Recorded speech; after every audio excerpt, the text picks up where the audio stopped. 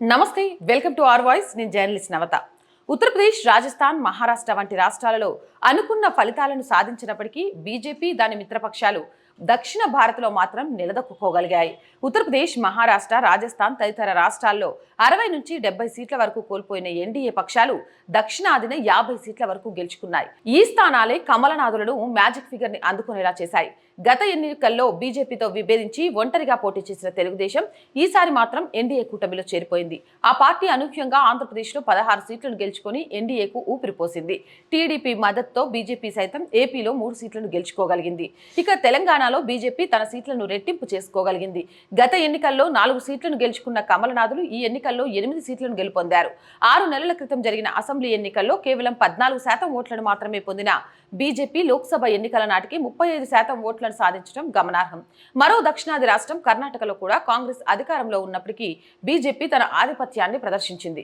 ఆ రాష్ట్రంలోని మొత్తం 28 సీట్లకు గాను బీజేపీ 17 స్థానాలను గెలుచుకోగా దాని మిత్రపక్షం జేడీఎస్ రెండిట్లో గెలుపొందింది.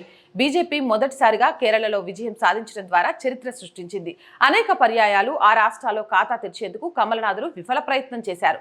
కాగా ఈసారి సినీ నటుడు సురేష్ గోపి బీజేపీ తరపున గెలుపొంది ఆ పార్టీకి మొదటి సీటును అందించారు. ఇక తమిళనాడులో బీజేపీ సినీ నటి రాధిక, తెలంగాణ మాజీ గవర్నర్ తమిళిసై సౌందరరాజన్, పార్టీ రాష్ట్ర అధ్యక్షుడు అన్నమలై వంటి ఉద్దండులను బరిలో దించినప్పటికీ అక్కడి ప్రజలు వారిని ఆదరించలేదు. తమిళ ప్రజలు ఏకపక్షంగా అన్ని స్థానాల్లో డీఎంకే కూటమికి పట్టం కట్టారు. ఇక దక్షిణాది మొత్తం పట్టు సాధించిన తమిళనాడు రాజకీయాల మీద మరికొంత కాన్సన్ట్రేట్ చేయాల్సిన అవసరం ఉంది అని మోదీ షా ద్వయం నిర్ణయం తీసుకున్నట్టుగా కూడా తెలుస్తోంది. అండ్ మళ్ళీ మూడవసారి కేంద్ర మంత్రుల మొత్తం కూటమి ఏర్పడిన తరువాత అన్నమలై ప్రత్యేక శ్రద్ధ వహించనున్నట్టు 2026లో జరగబోయే ఎన్నికలకు సంబంధించి తెలుస్తోంది. ఇక తమిళనాడులో బీజేపీ ఓటమికి కారణాలు ఏమనుకుంటున్నారు? కామెంట్ సెక్షన్లో పెట్టేయండి. ఇలాంటి మోర్ వీడియోస్ కోసం మన ఛానల్ వెంటనే సబ్స్క్రైబ్ చేయండి. మన ఛానల్కి సంబంధించి ఎక్విప్మెంట్ విషయంలో, ఆఫీస్ ఏర్పాటు విషయంలో మీ అందరి సపోర్ట్ చాలా చాలా అవసరం. సపోర్ట్ చేయాలి అనుకుంటే సబ్స్క్రిప్షన్ పక్కనే జాయిన్ అనే ఆప్షన్ కనిపిస్తుంది, లేదా స్క్రీన్ మీద గూగుల్ పే, ఫోన్పేతో పాటు అకౌంట్ డీటెయిల్స్ కూడా ఉంటాయి. అలా కూడా సపోర్ట్ చేయొచ్చు. అండ్ వ్యాపార ప్రకటనల కోసం కూడా మన ఛానల్ని సంప్రదించవచ్చు.